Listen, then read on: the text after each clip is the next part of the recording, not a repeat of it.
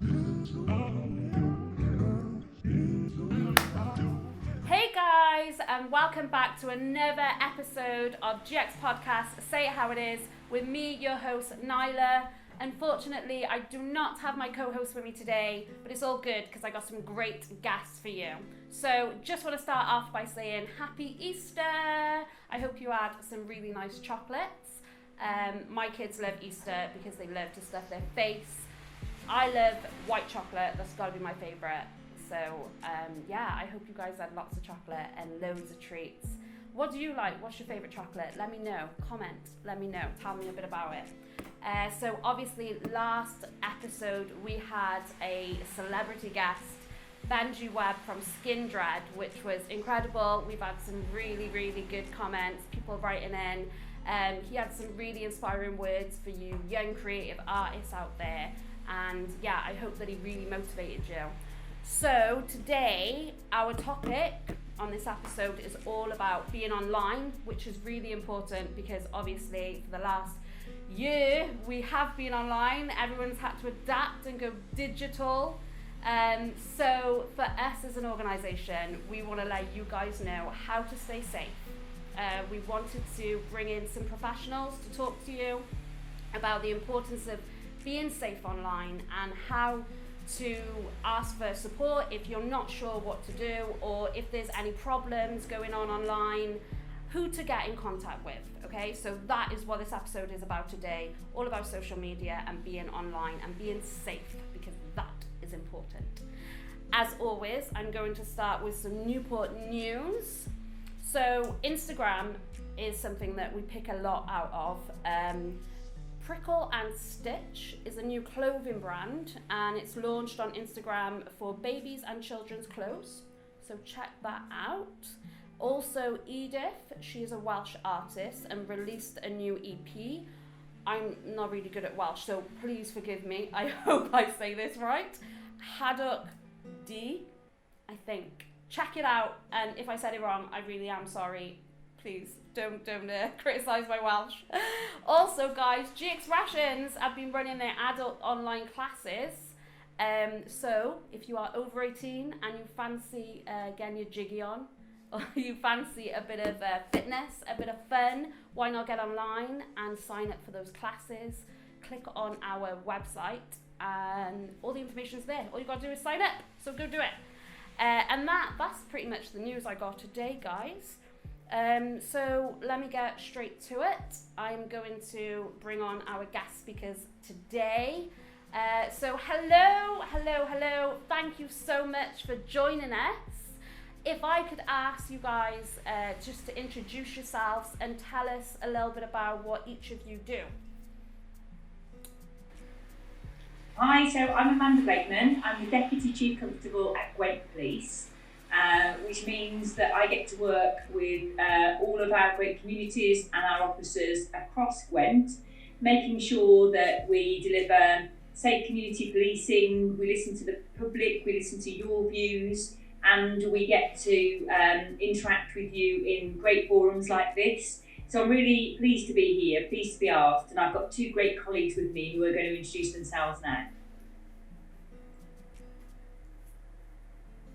Hi Nyla, it's Gareth Hughes here. Thank you very much for the invitation.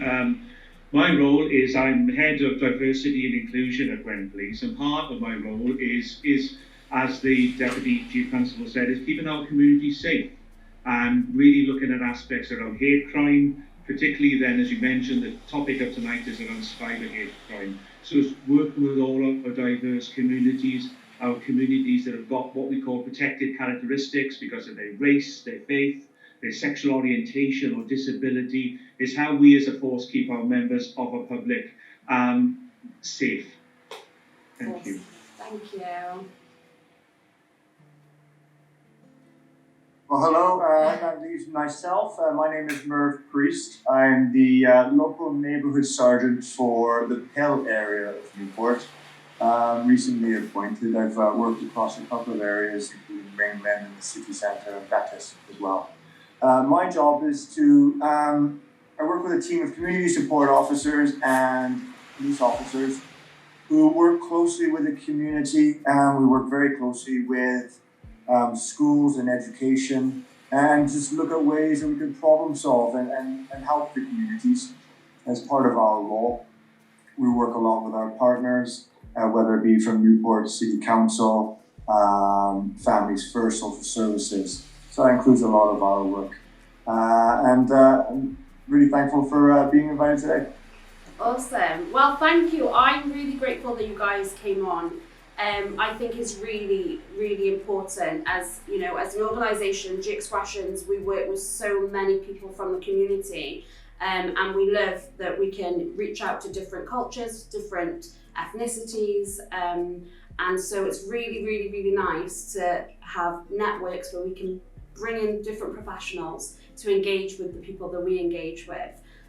Especially people in Pill and areas like that, because you know we started off in Pill as an organisation. That's where we first started, and so yeah, it's really, really nice to see you and have you here. So we've been talking to some young people, and obviously, you know, we are online at the moment, and they've just brought to our attention some questions that have come up. So if I ask a question, any of you can answer, all of you can answer, I don't mind. The more the knowledge that we get, the better. So I guess I'm just going to give you some scenarios. And yeah, we'll just go from there. So the first one is, a young person on social media is posting pictures and they have some personal information on their Facebook page, their Instagram pages, which happens a lot. Because, you know, it's about sharing their pictures and sharing their hobbies that they enjoy to connect with their friends and family. Now, can you explain safe practice in this type of situation if they are to be approached in their inboxes by someone they don't know when sharing these contents on social media?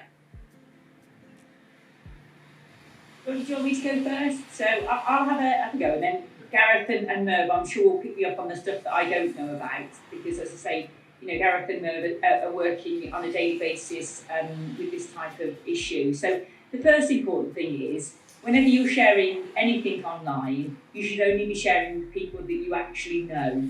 And by knowing, I mean that you've actually physically met, that you've known over a period of time, and that you would class as a friend, not somebody that you've met online that's chatted to you and you don't really know who they are. So that's the first thing, and that's a really important thing.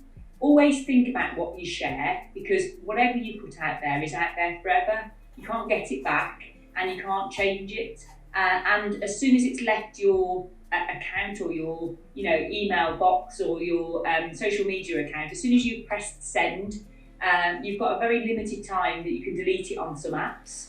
But actually, once it's out there, other people can download it and share it themselves. So you've always got to be really careful and think about, would this embarrass me, or would I be embarrassed about it? You know, is it something that I'd be happy for my mum to see, or my carer to see, or my gran or granddad to see? And if the answer is no, then it's probably, sort of stop, apply a 5-second rule, count backwards, and think to yourself, is this something that I should really be sharing? And if you get anybody who's contacting you in your inbox to say, hi, I'm so-and-so, can you share this with me? Then always be incredibly cautious. I would say never share anything with anybody that you don't know. That's great. Did you guys want to add anything? I think, Nyla, as well, from my perspective, is that would you share information that you'd be concerned about? And I think the one thing that I thought about when thinking about the answer to the question here is that would you put that information, would you make a poster of it, and would you put it in your front room window for everybody to see? That's really good. And if you are happy with that there's nothing on there that was worrying or troublesome, then that's fine.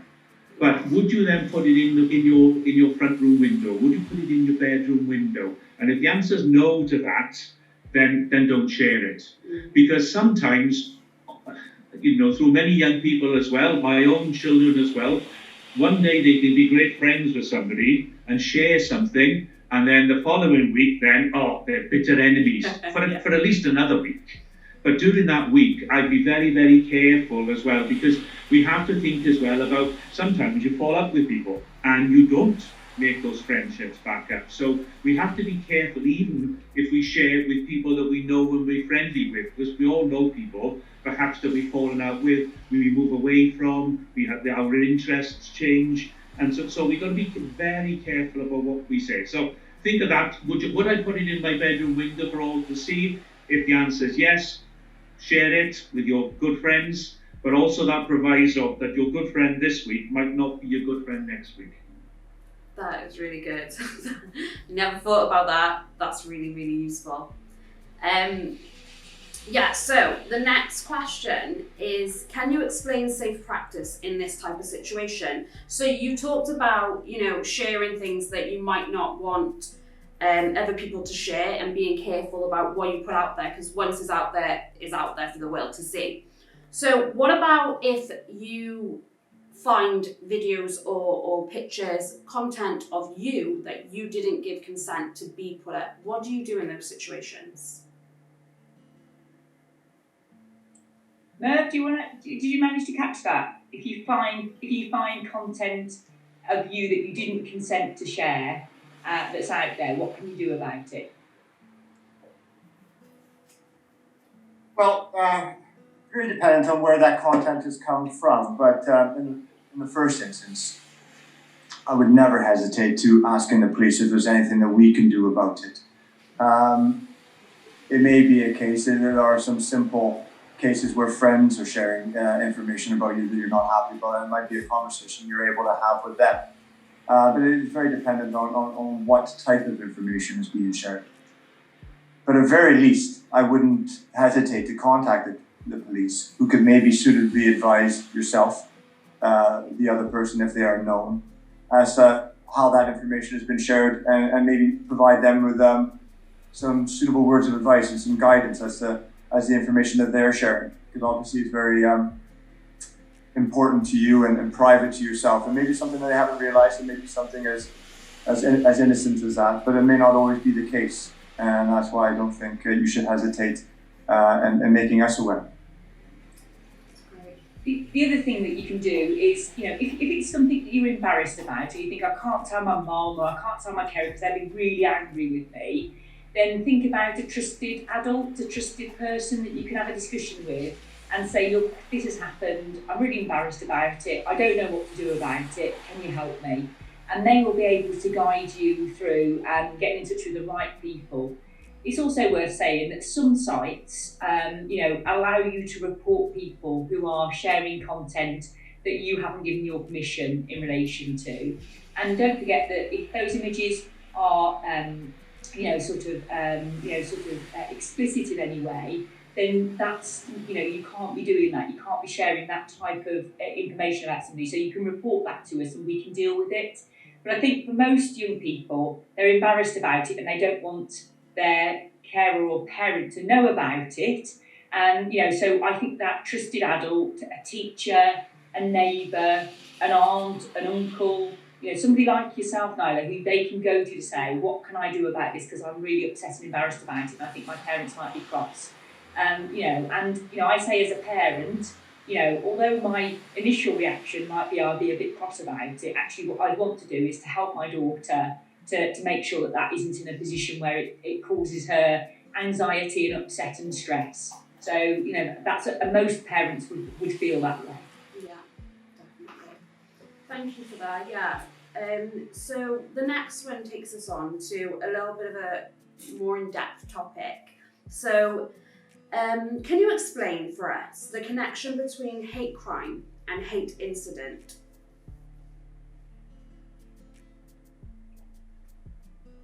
Hi, Nyla. Yeah, Gareth here. Everything that comes into us that is either to do with your race, your faith, your sexual orientation, your gender identity, which is transgender, or indeed disability. If anybody makes any abuse, either verbal or physical, or indeed put something on social media, online, etc., that you find upsetting, you find abusive, and makes reference in any way, shape or form to any of those what we call protected characteristics, then we would first of all identify that as a hate incident. Everything of that nature that comes into us it will be deemed as a hate incident. Every single thing. And what we then begin is that investigation process to actually determine as to whether a crime has been committed. And perhaps a little bit about what we've just really been talking about. Is there criminality in what has happened? And making reference to perhaps what Merv said around the investigation side of it. So if we believe that a crime has been committed, our colleagues then will allocate that as a crime, and then that further investigation process then will continue. And ultimately then, as we probably all know, if we have sufficient evidence, the matters then will be thoroughly investigated, and then hopefully we can bring the perpetrators to justice, the people who actually have put this abusive social media post on, we can bring them to justice and potentially then through the court system. So that's a very simplistic way, but everything is treated as a hate incident that starts with us, and some things then are developed into crimes. That's a very simple way of describing it. Okay, Brel, just to put it out there, if this is something that happens just one time, is that in this the same situation where it would be classed as a hate incident or a hate crime, or does it have to be ongoing? No, one incident is enough for us to begin that investigation process. Because we don't sort of weigh up the pros and cons of each individual incident and how severe. Everything is thoroughly looked at. And I think one thing to say to everybody listening to the podcast is that we want people to report. Nothing is too minor, nothing is too trivial. If you feel because of your protected characteristic, because of your race, your faith, nationality, skin colour, cultural heritage, and somebody's been really abusive about that, or indeed if your sexual orientation or disability, we want to know. We really want to know. Now, whilst everything is not necessarily a crime, as I mentioned, we still want to obviously to receive as many calls or contact into Gwent Police, because we want to support the victims, and that victim could well be 10 or 12 years of age, or it could be 92. It doesn't really matter to us. It's what really is important is that people want to report these issues of abuse. And the issues of abuse is the same whether it's in the high street, it's in the shopping centre, or it's online. It's just as important for us to be aware of it. And obviously then we would have conversations then with the person who's made that reporting as to how far we can take that investigation. We take everything incredibly seriously, and we want people to report, because if people don't report, my thoughts are the people who have started off with minor abuse, perhaps calling people names, etc., making fun of a disability, making fun of a skin colour. If they think they got away with it, what do you think they're going to do? Well, in my opinion, they're going to be empowered and do an awful lot worse. And so what we want to do is to nip that in the bud straight away. And we can't do that unless we know about it. That's great. Thank you so much. So you just explained then about hate crime and hate incidents. When we talk to our young people and they mention cyberbullying, cyberbullying is different to hate crime and hate incidents online. Why is that? What is the difference between those incidents? Gareth, do you want me to start, and then you start with Yes, please, ma'am. Yeah. So cyberbullying in reality can involve hate crime, because if it involves a specific, sort of abusive use of language, use of imagery to somebody, for all of the things that Gareth has explained, then that may become a hate crime. And if you find yourself as a victim of cyberbullying, then I think what you should do is you should get a screenshot of exactly what it is that is being sent to you, what text messages are being sent, what's being sent across to you that is bullying in its nature, so that you can prove that's happening. And you don't have to put up with that. You could block the individual that is doing that to you, so you can stop them from being able to contact you, which stops you being in a position where you're becoming more distressed. Then you can come to us via a trusted person if you need to, a teacher, a friend, a parent, a guardian. You can come to us and we can look at that evidence in order to identify whether or not a hate crime has happened. But in any instance, there are some very clear steps that you can take around cyberbullying. And I'm sure, Merv, you deal with instances of cyberbullying in young people in the course of your duty. So I don't know if there's anything else that you can add in terms of practical tips for people who find themselves being bullied. You've touched on a lot of it there, Mum. But what's very, very important is first in how you save a lot of the information, which are a lot of the evidence. And you've touched on that about taking screenshots.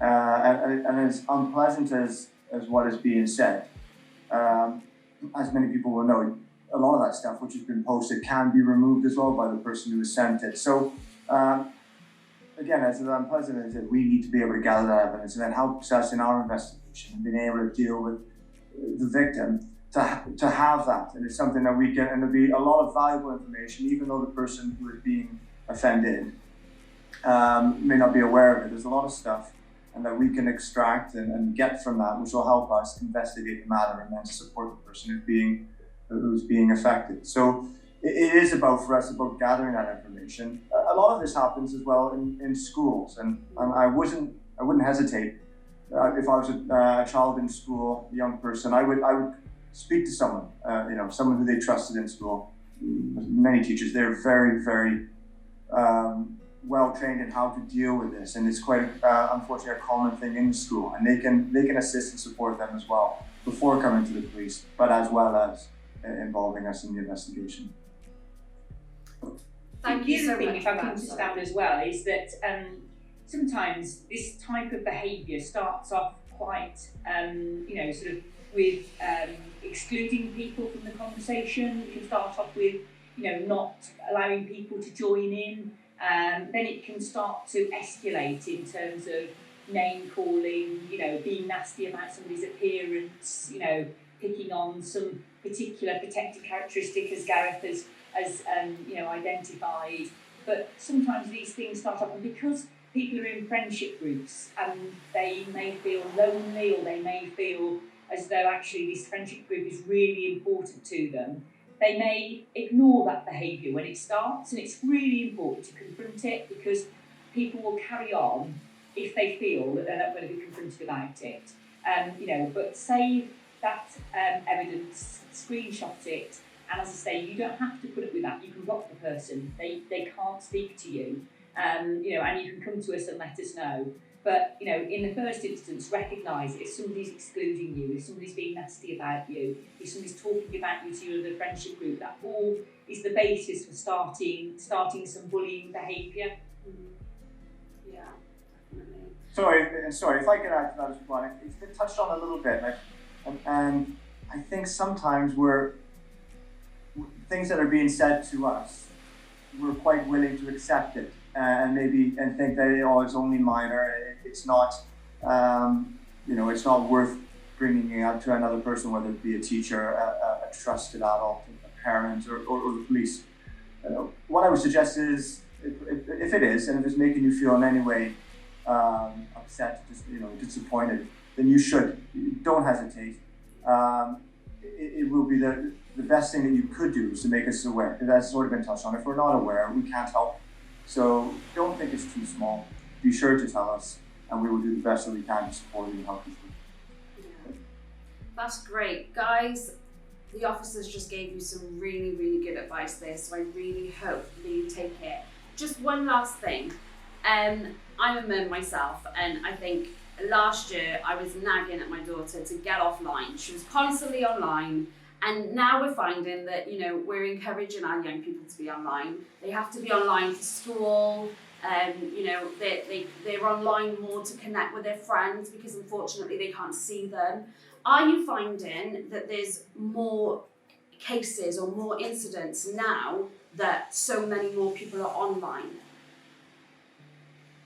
Yes, definitely. So where people would previously socialise, at school, go and hang out at their favourite location, go shopping together on a town centre, on a Saturday. Now a lot of social interaction happens online, which means that these instances where people, fall out, start to exclude each other, start to be nasty and mean about each other, start to engage in quite bullying behaviour, or indeed, where somebody, puts themselves out there in terms of, having a friendship group and is quite, sort of nastily picked on in terms of appearance or whatever that may be, that's more obvious now because more people are connected online. I don't think we will never capture and roll back the online position we're in. We're here now, and that's only going to advance, which means that it is so much more important for everybody that uses a computer, the internet, the web, to communicate with each other, to be more vigilant and more aware. Certainly, we do a lot of work around fraud, as well, that happens online, where, people, pay for something that, is a service that never arrives, or, they invest in something online, or they have a banking application. So, we've got quite a big range of people doing all of the things I used to go to the high street to do on a Saturday, doing that online now, which gives more of an opportunity for people to commit crime online. So we've got to be extra vigilant and extra aware. And anything that comes in to you that you're not sure of, then don't click on it, don't open it, don't communicate with it. Only have a communication with somebody that you know, because you wouldn't go up to somebody who's completely not known to you in the high street or in the town centre and start having a chat with them about the most personal aspects of your life, or agreeing to give them money, or agreeing to give them photographs of yourself. So we are seeing an increase in it. We're seeing us giving more advice around it. I know that that's something that Merv will be doing and involved in quite a lot. There's a great website called Tiwnio that you can go on, and it will take you through, all of the things that you need to know if you are socialising online. And that's something that is our reality now, isn't it? Very much. Yeah, and we're finding, a lot of the younger generation are online now due to doing work online, but also they're creating social media accounts. Now, I'm not 100% if you guys know, but if you do, just for our listeners, what is the age range on those social media accounts? What age should you be? Okay, so they vary, don't they? And I think Gareth and Merv, who are probably a bit younger than me, will be able to tell us a little bit more, because they vary. But it is really difficult, isn't it? Because I'm a parent, and my daughter probably knows more about being, how to get onto sites, how to work her way around the computer than I do. Because when I was at school, the internet hadn't been invented. When I did my homework, I did it out of a set of encyclopedias. I couldn't go on to Google because it didn't exist. Whereas my daughter has grown up in school, always using the computer. So she's really good at all of that. And sometimes as a parent, you can feel quite left behind with it. As a parent, sort of my responsibility is to talk to her about what she's doing online, make sure that she's not having, a connection, a conversation with somebody she doesn't know, and to also work out what site she's on, because nobody wants to be on the same web chat platform or social group as their parents, do they? Do you know what I mean? So if you're on Facebook, then I'm certain my daughter wouldn't want me to be a friend of hers on Facebook.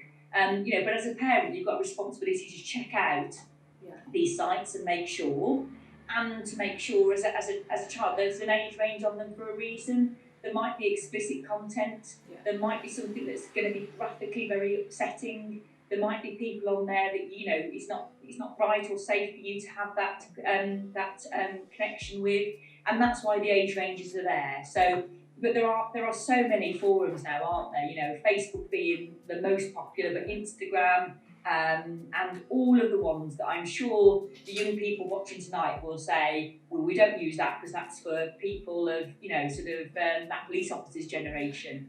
So you just have to check, and you have to look at things and think, why have they put that age range on it? And why have they done that? It's not to spoil my fun, it's to keep me safe.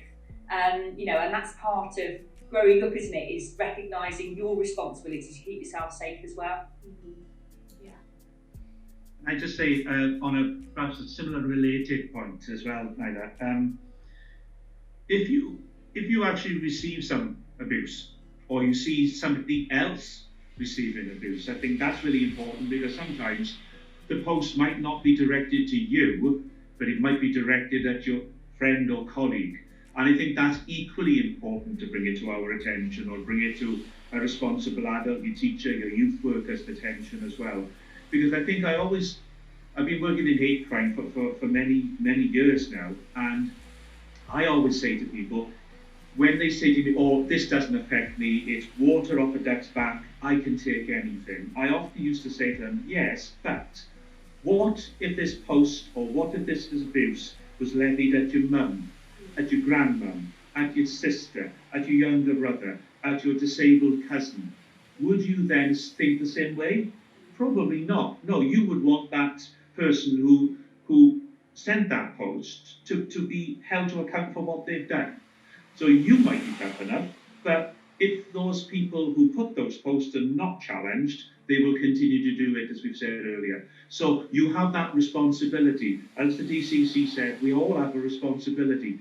And I think it's to ourselves to be safe, but it's also about keeping others safe as well. So we have a responsibility for other people. Definitely. Thank you so much. And just for you guys listening at home, I hope that you take in everything that the officers have said tonight, because it's so useful, even for myself as a parent, just listening to everything you've said. I really took some stuff in myself. So before you go, I'd just like to ask if you could say one top tip for online safety each. One thing. You've said a lot, but I think I'll come with one that is a little bit more about protecting everybody, if that's possible. So if you have put anything out to a friend, if you send something to a friend that is you're embarrassed about, it's a picture that you wouldn't want anybody else to see, and that's been shared, then please let us know via any of the avenues that I said. And the reason I say that is because you won't be the only person that is happening to. Individuals who go on the internet to encourage young people to, do things that they perhaps don't want to, that they feel pressurised into, or share information about themselves, or share pictures of themselves, will not be targeting just that one person. They'll be targeting lots of people with a range of vulnerabilities. And actually, in stopping one individual from doing that to one person, we're preventing it happening to lots of people. And the investigations that we do show time and time again that people that commit these offences on the internet are doing it at a large scale to lots of individuals. So if it's happening to you and you're worried about it and you're embarrassed, then trusted friend, teacher, somebody you can have a discussion with, come to us. We can help sort it out and we can stop it. And that would be probably my most important message. And my top tip in terms of being bullied is screenshot it, block the person. You don't need to have anybody bullying you. You can block them. And every website has got an opportunity to do that, and press the report button on the website so that individual can be reported because their content is abusive or they're bullying. That would be my top tip. I'll hand over to Merv. What's your top tip? It's such a steep learning curve, cyber. I mean, and as you touched on earlier, DCC, we're learning. I'm learning from my children. I can give you tips about your passwords, where you keep them, where you don't keep them, who you share them with. But a lot of what happens online is to do with feelings as well. And I think it's about don't hesitate. It's about telling someone if you have doubts about something, and if you may think it is as minor or as silly as you may think it is, keeping it to yourself would probably be the silliest thing to do. So it's about sharing it with someone, asking someone who you think may have that answer for you, someone who you trust, someone who you think is going to be able to give you that answer, and then go from there. There's so much to learn. There's so much to know about it. I don't know everything about it. I'm learning. So you're going to learn. And just the biggest mistake you could make is not asking a question. There are no silly questions.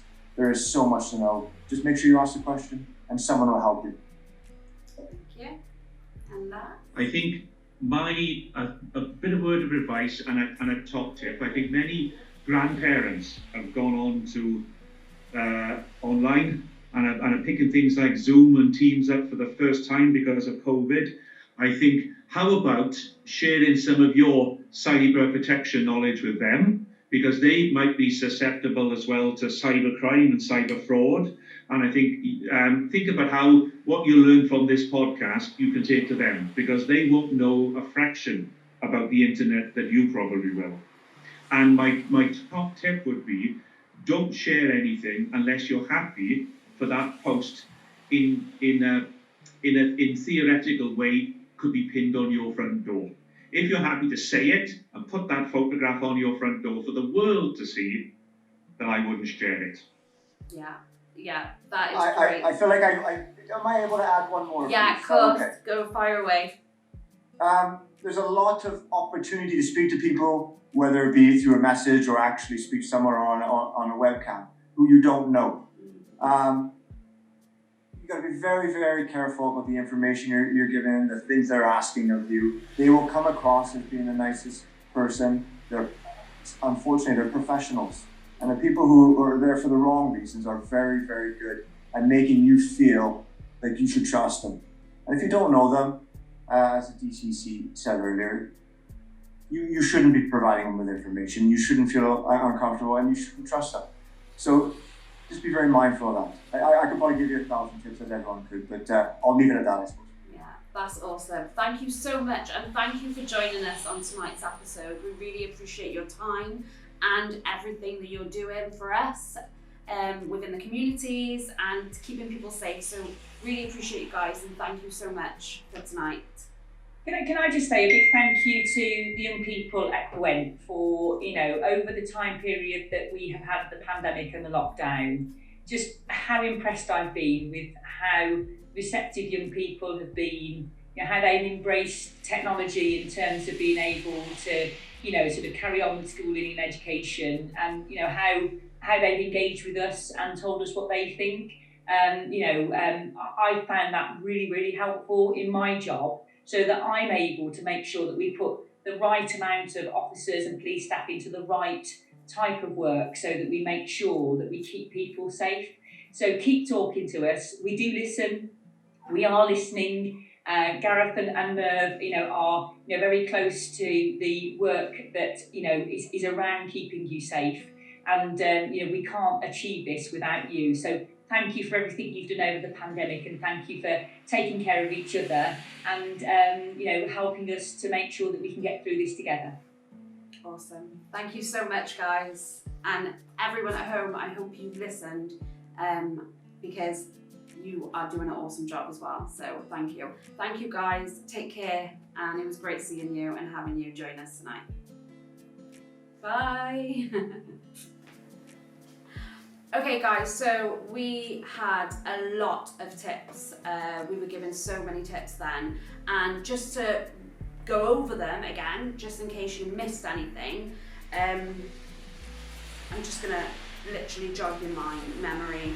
So some of the tips was about take care about what you share, okay? Once it's online, guys, it is online, okay? It's really difficult to get off. So if you don't want to share it, I really loved what that officer said, okay? If you're not willing to literally pin it on your front door and let the world know about it, then don't share it. If you're not comfortable about it, then why share it, okay? That's really important. Also, keeping your personal information private. Yeah, it's okay, you can share things with your friends and stuff, but again, if you don't want other people to know that, you shouldn't tell them. And if you don't know someone online, you really shouldn't be telling them your personal business, okay? Also, check your privacy settings. Again, with most social media accounts these days, especially Facebook being the biggest, you can put things private if you want them, okay? You have control over what you want public and what you don't. That's up to you, okay? Know how to report posts. Again, the officers just gave us some really good points of how to report. If you see something, let them know. Let the social media authorities know. Tell someone you trust and let them know. Keep your password safe, okay? There's a 2-step verification that connects to your phone, so you have control again over your account, which means no one else can access your Facebook, no one else can access your accounts if you have the 2-step verification, okay? Now, if you need to know more about that, just go onto Google, type it in, and it'll tell you everything you need to know, basically. Again, this one is, you're probably going to be like, well, duh, it's self-explanatory, and why would I do that anyway? But never meet someone that you've met offline face-to-face. Like, just be very, very careful, be very vigilant about going to meet someone that you've just met online and you don't know nothing about. Okay, guys, really stay safe. You shouldn't be meeting anyone anyway, but yeah. Also, be careful what you download. That's another big thing. Viruses are on so many different things, so be really, really careful, okay? Viruses can sadly get attached to anything that you download as well, so make sure they're reputable websites. Okay, so that is all I've got for online safety, how to stay safe. The officers said some really good things, so I hope you were listening. I hope you take note of all of our top tips that we've shared. Now I have a special guest joining us to talk about the pros of being online, because you know we all love being online and there's benefits to it as well, but it's all about being safe. So let me just welcome Rhai. Hey Rhai, take yourself off mute.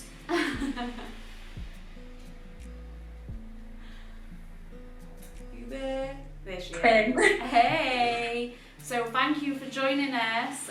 Why don't you tell me a little bit about who you are, how old you are, where you're from? Not too much though. No, forget. Okay.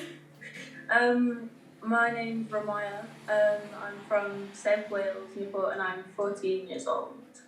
Okay, cool. Well, thank you for joining us tonight. So obviously this topic tonight is all about social media. We had some officers just speak to us then about being safe online. Now, as a 14-year-old, obviously you're probably online quite a lot. Yeah. Yeah? I am. And what is the most account that you would use? Like what social medias do you have? Okay, so I have Instagram, I have Snapchat, I have TikTok, I have, those are like that's really the main like socials I use. But social media's like helped me a lot because I'm too young to like actually work, like get a job.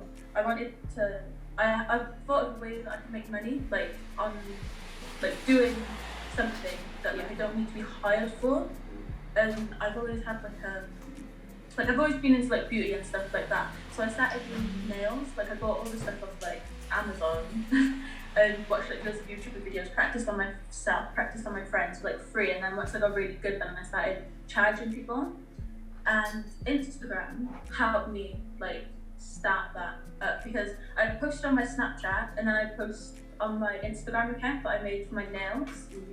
And then like those people would like snap me like saying like asking my availability on Instagram, and then my followers went up on Instagram, and then more people would like reshare, and then the people whose nails I would do, they would post it, so then I get more people to my socials. So if there was no social media, I wouldn't have like grew my nails account as quickly as I did. Yeah. So that was a big like plus. Yeah. To social media. And I think, definitely. So, you know, like you said, you're young, you want to do something, and online, you know, that literally gets you, builds you a platform for you to start getting out there and engaging with people and saying, hey, this is what I do, check it out. You know, that's what businesses are doing, and that's how you build. And I think, you know, back in the day, when I was much younger, if you wanted to do anything, you had to go knocking doors and telling people about it. So being online actually is really beneficial. You don't have to knock strangers' doors.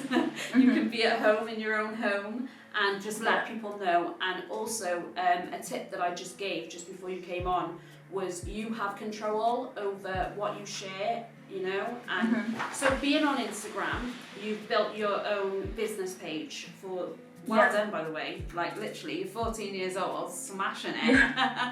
That is sick. So where'd you get the ideas from? And, you know, with your business page, if you've got graphics, like what did you have to do to get that done? So I started nails about a year ago. And at first it wasn't really like taking off. I wasn't as good as I am now. But once I had like quite a bit of practice, like maybe like 3 months after I started, that was when I started getting better, and I started posting on my Snapchat then a bit more. And like, because I already had a lot of people on my Snapchat, which was just my main account. Like that got a lot of people to notice my Instagram page a bit more, because like at this point I only had like 60 followers maybe on my nails Instagram account, and then by the time every single time I did a set of nails, I posted it on my Snapchat. In like a couple of months, I got up to like almost 400 followers. So like sharing on different platforms like helped build my nails account. And I just like, to start it, I had to think of a name for my Instagram account. And at first I was doing eyelashes and eyebrows as well, but I stopped doing that because, well, it just took a lot longer, and I feel like you needed, like, I should have had qualifications to do that type of, like, so I stopped doing them, and then I just carried on with nails. But so I called my Instagram account Beauty by Rhai, because it wasn't just nails, but me and my dad were thinking about actually creating a website, which like my dad would probably manage, and people could like do their bookings through the website, and then there would also be like extra stuff that you can like buy on there that to do with beauty. Yeah.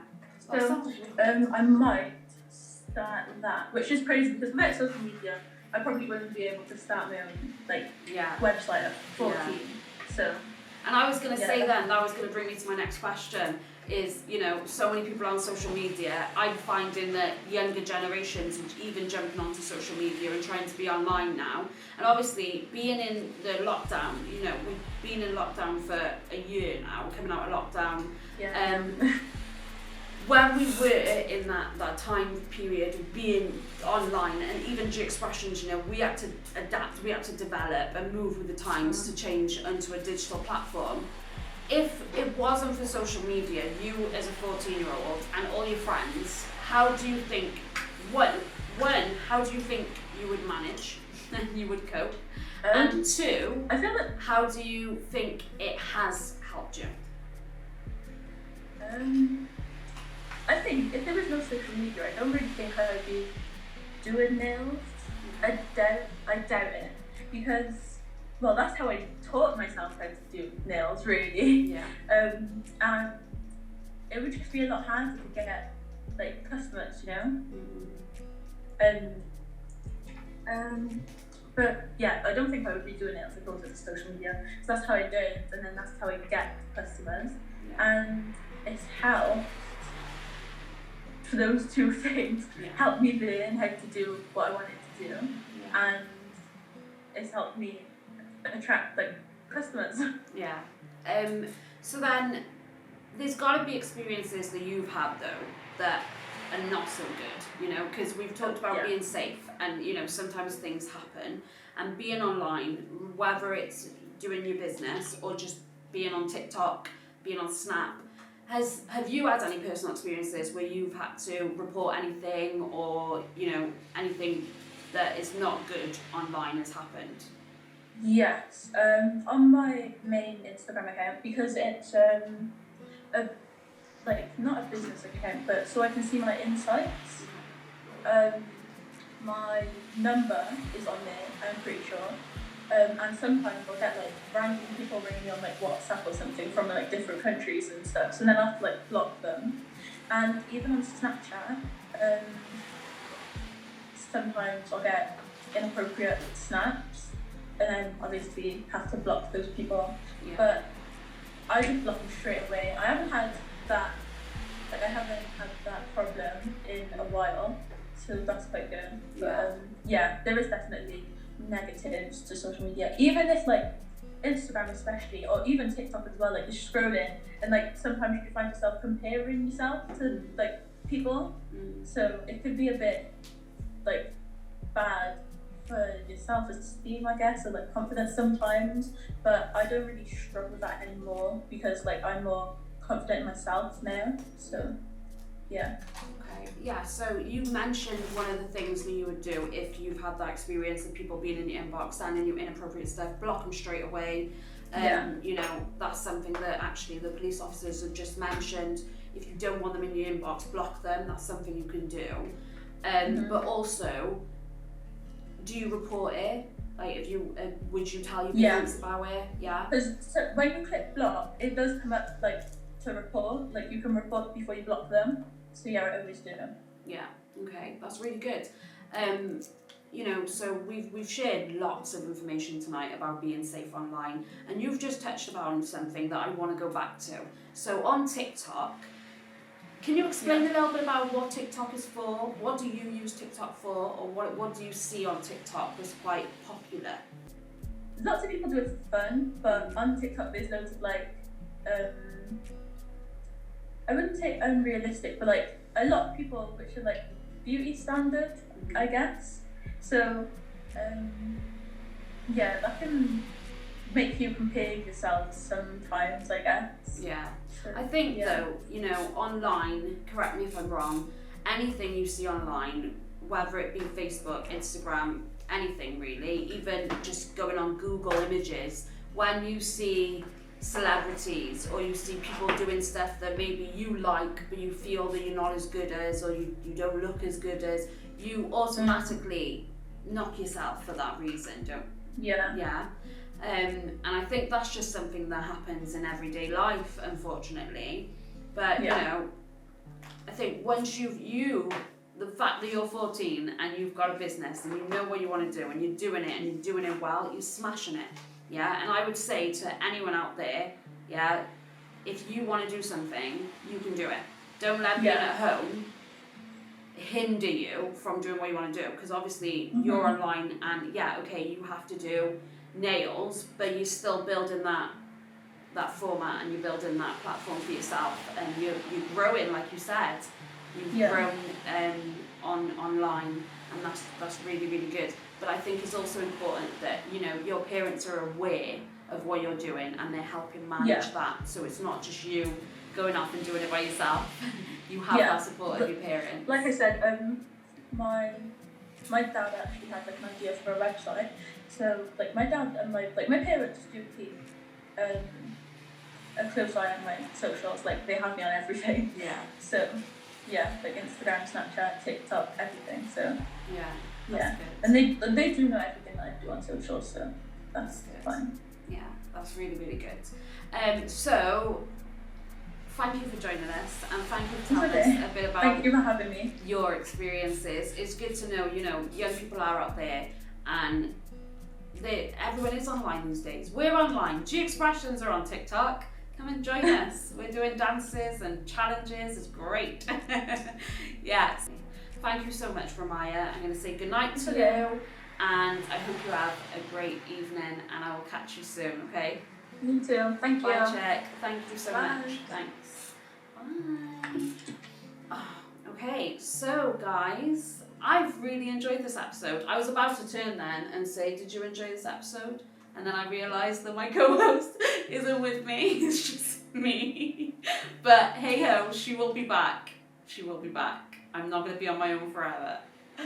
So again, guys, there's so much information that's being shared. My head's information overload. You need to watch this episode more than once. You can get your notepad out, start taking notes, and think, right, I need to make sure I'm doing these things when I'm online, okay? Because it is so important. We care about you. Everyone cares about you. So yeah, stay safe online. That's what it's all about, guys. Okay, so we're coming to the end of this episode, and my favourite part, I say it every week, don't I? I say this is my favourite part of the episode, but it is, because we're sharing talent, and I love talent. I love hearing about creative people. So our artist of the week this week is Red Brick. Red Brick, who have just released a film. Check them out on Instagram. They do photography and videography and awesome, and that is why they're Artist of the Week. They're doing great things, so well done you, congratulations. And that is all for this week's episode, guys. Thank you so much for tuning in. Make sure you share, make sure you like, make sure you tell your friends, okay? And I can't wait for you to join us again on our next episode. Thank you for being here, stay safe, and we'll see you again soon. It's a wrap!